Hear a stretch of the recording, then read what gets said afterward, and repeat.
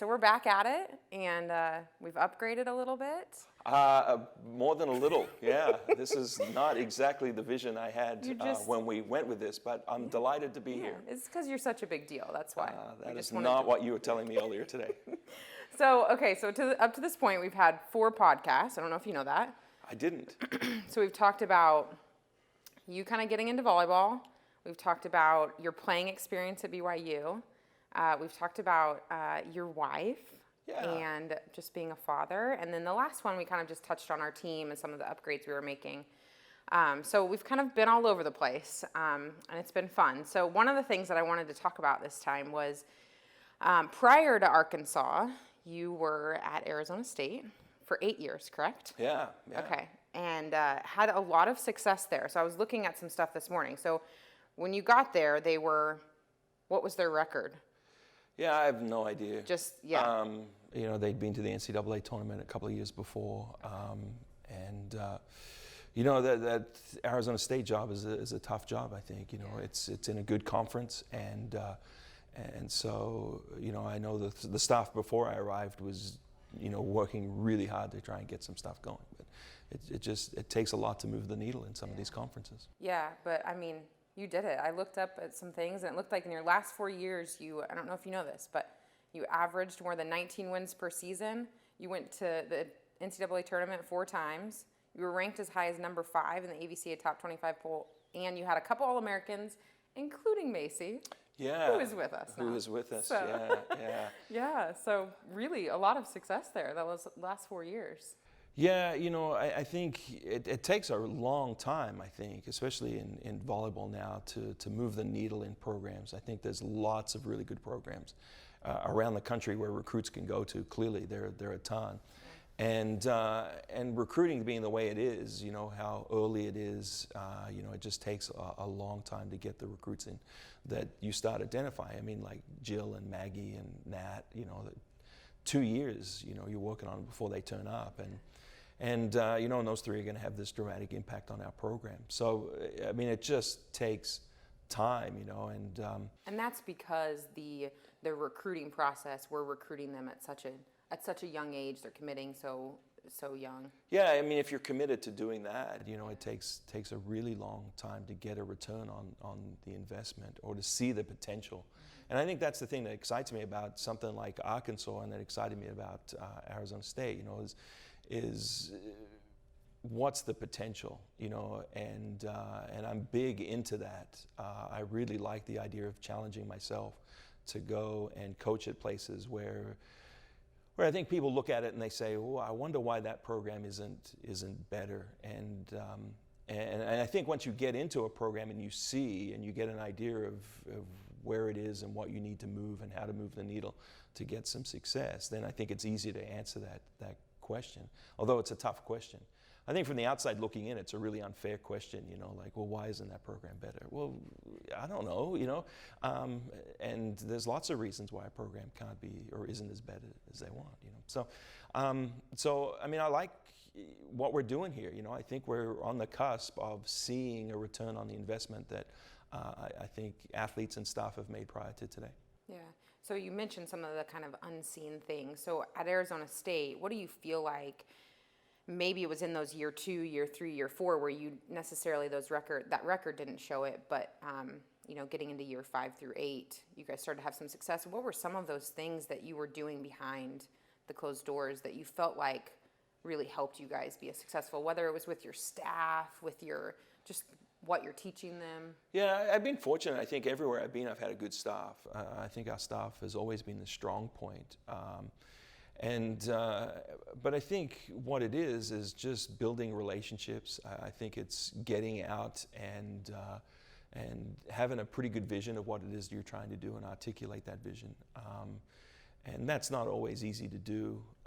And it's certainly not easy to do in the initial stages when you have this vision and you're not having the success that backs up that vision. And then it's a matter of identifying athletes that are willing to share in that vision. I mean, there's a lot of athletes that want to play in the Pac-12 when I was at Arizona State. There are a lot of athletes that want to play in the SEC. but not all of them can, and not all of them should. And it's trying to find those ones that fit with what you're trying to do. So that always kind of takes time. And I mean, I'm probably a pretty patient individual too. You know, that I'm willing to ride the storm that maybe some other coaches aren't. You know, and I've been really lucky to be at places where the administration is supportive of that as well. So that certainly has helped a lot. Yeah. So you guys, you're year 8, you guys make it to the tournament, and then this job comes open. I mean, you're having so much success there at Arizona State. Why Arkansas?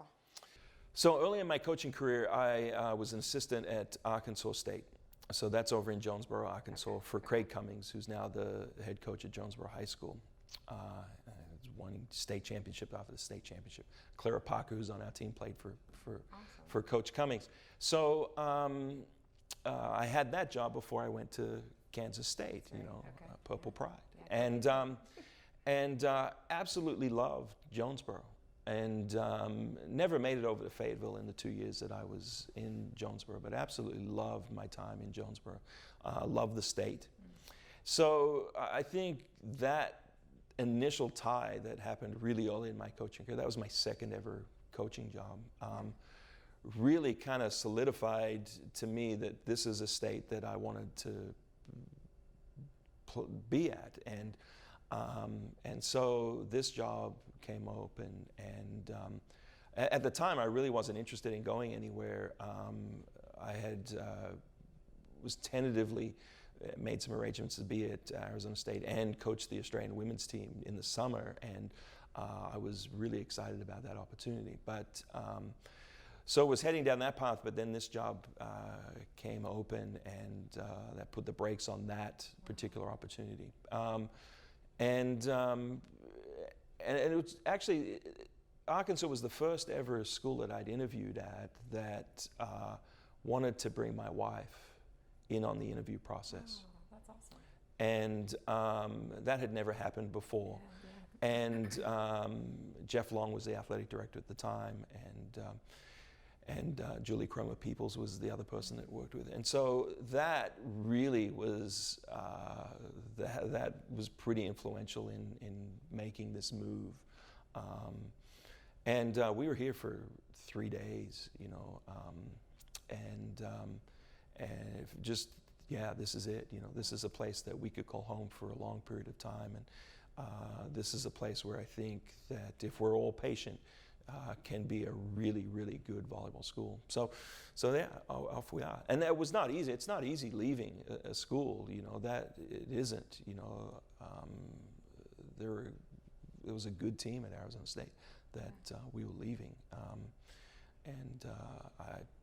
But at the end of the day, and I think the athletes realize it eventually, is that, you know, you make this call because you're family, you make this call for the quality of life that you can have, and we felt at the time that this would be Fayetteville itself would be a dramatic increase in our quality of life and family, and so yeah, off we go. You know, here we are. We're in Fayetteville, and yeah.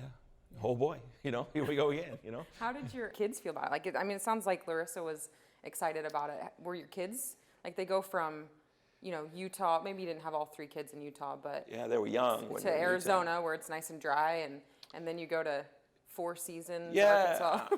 I think the hard part for our kids when we made the move is we had to give up our pool. We had a pretty good pool in Arizona. You know, everybody's got a pool there. Yeah, you have to. And so that was kind of hard.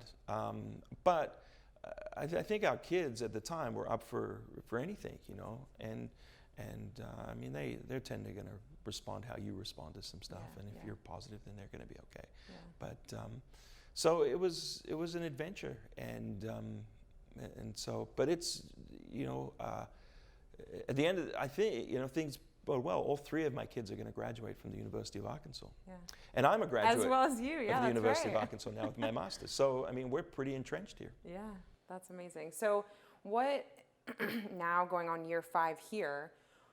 What are you seeing that maybe you started to see at Arizona State as far as just the program and the success that you guys were having? Are you starting to see some of those characteristics in the team, in the staff, in the program? Are you starting to see some of that on our current team? So I think there's two ways that I can look at that. I mean, we look at some statistical standards and some of those and compare them to the SEC and the SEC teams that are in the tournament. And so I think we're moving the needle in that area quite nicely, you know. I think this pause that we have, that we don't start playing till October, is kind of going to work out okay for us because we have so many young athletes and we're trying to get them better and we're trying to teach them how to communicate to each other. And so one of the things that I think happens with programs with the shift is the way in which they communicate with each other. That I feel in the last couple of weeks in practice that there's been this pretty healthy dialogue between them that isn't combative, isn't negative, but it is encouraging. It is probably open and honest, and that's not always been the case. And so I think that's a really healthy way to say that I think all of this time and effort that we've put into, I mean, everybody talks culture now, you know, but I think a byproduct of culture is, you know, your communication and the way in which you can relate in relationships. So I think our staff does a really good job of that. I think our staff does a really good job of that with our athletes, but I think our athletes are doing a much better job of communicating with each other that enables us as coaches to, you know, to do our job a little bit more efficiently and effectively, and because we can trust the communication that's going on with them. So I think that's a really healthy sign that things are trending in the right direction. I mean, would you have ever thought in all of your years coaching that you would be tested in these new ways with COVID? Like, what, as far as leadership, do you feel like? Yeah. I mean, this you talk about communication and teaching our girls how to communicate in this world where we're on Zoom calls and we're 6 feet apart. Like, how has that tested your leadership, and just how has that maybe even adjusted as you build this program? How has that kind of adjusted? So, you know, I graduated from BYU and never thought I'd live in America. So here I am, I'm living in Arkansas, and so every day is just this awesome day. You know, I never thought I'd be doing this for a living, actually. You know, my mom, when I told her I was going to coach, said, well, that's nice. I mean, what's your real job going to be? So you know, we're coaching, and it's awesome. And so early in my coaching career, Brooke Olson was a setter at Montana State, and she shared with me this quote, you know, what you do speaks so highly, I don't need to hear what you say. And that's resonated with me during this time of, you know, just flux and, you know, everything changes. So I think, you know, what I do is probably more important than what I say to my athletes. And so I'm trying to be consistent. And with that, trying to probably over-communicate with them and be pretty open and transparent about everything that's going on. And it's frustrating because most of the answers are, yeah, that's a good question. I have no idea. But I think that's healthier than just, hey, not engaging in that process at all. So I think we've over-communicated with them. We have included them on any major announcement that has occurred. Encourage them to ask questions, knowing some will and some won't. And then, you know, reaching out to them individually. And then leaning on you and Mace to, you know, be the conduit of information that you may hear, so that we can act on it, you know, appropriately. I think, you know, anytime somebody uses information as currency to better their own cause, then we're in a world of hurt, and I don't feel like we've done any of that. So it's been challenging, of course, you know, like every day. Today's a challenge, but we get through it, you know, and at the end, you know, we're all going to be okay. You know? I'm like flashing back to our first Zoom call as a team, and I think all three of us coaches were a little bit nervous if there was going to be any conversation going on. And gosh, I feel like we've evolved as a team, because even in these Zoom calls, we get some really nice discussions, and the girls are asking questions, and it's becoming the new norm. So. Yeah, I'd be okay if we never had any more Zoom calls, of course. But I know you're not a big fan. But you know, I don't know. It is what it is. Yeah. Okay, so we're going to end with this new hog. We're going to call it the hog of the day. So basically what I'm looking for... Who came up with, is that your term? Did you come up with that? Is that yours? Macy. Who was the creative genius that came up with that one? Macy came up with it. Okay, all right. Hog Moment. We're going to come up with a hog moment here. Okay? So we haven't quite settled on the name of the segment, but we're working on that. All right. Yeah, clearly, we're upgrading quickly here, so we're trying to come up with some really cool stuff. We need to get a little bit more professional on the back end before we start these things. Okay, so a hog moment here. Okay, so a hog moment could be a number of things, right? It could be maybe something that made you really happy this week, or maybe just something that was funny, but just something that got you excited. But a hog moment of the week from Jason. For this particular week? Well, it's only Tuesday. Yeah, it's only Tuesday. So I'm just... so maybe... So I can't include this right here as my hog moment. No, because this is a big moment. I know it would have made the list. This, maybe next week. Okay.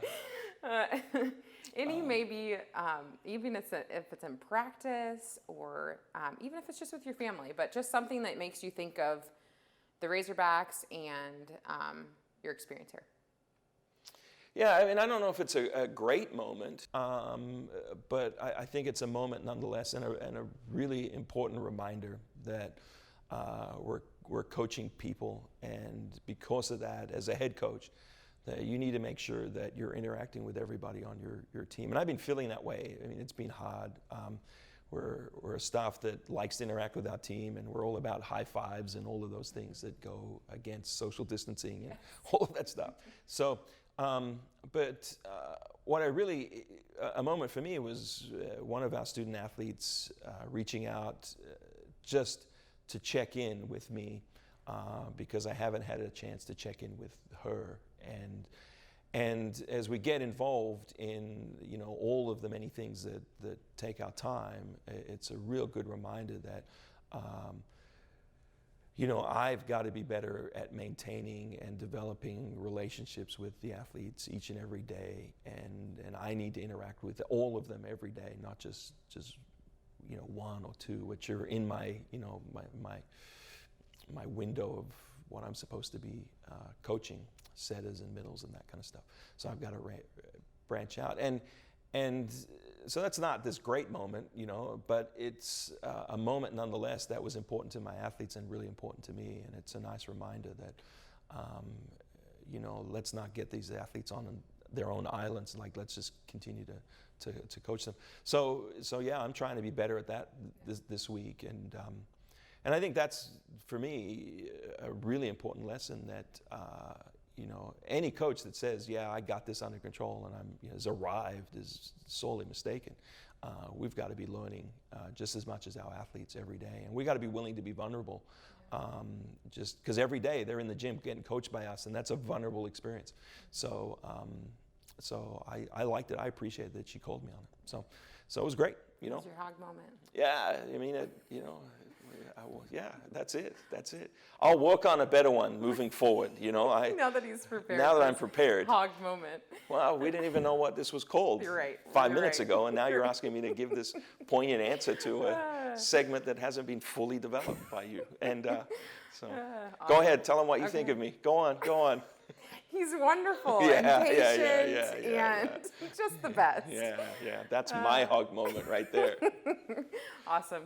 It's a wrap. Woo pig. Woo pig.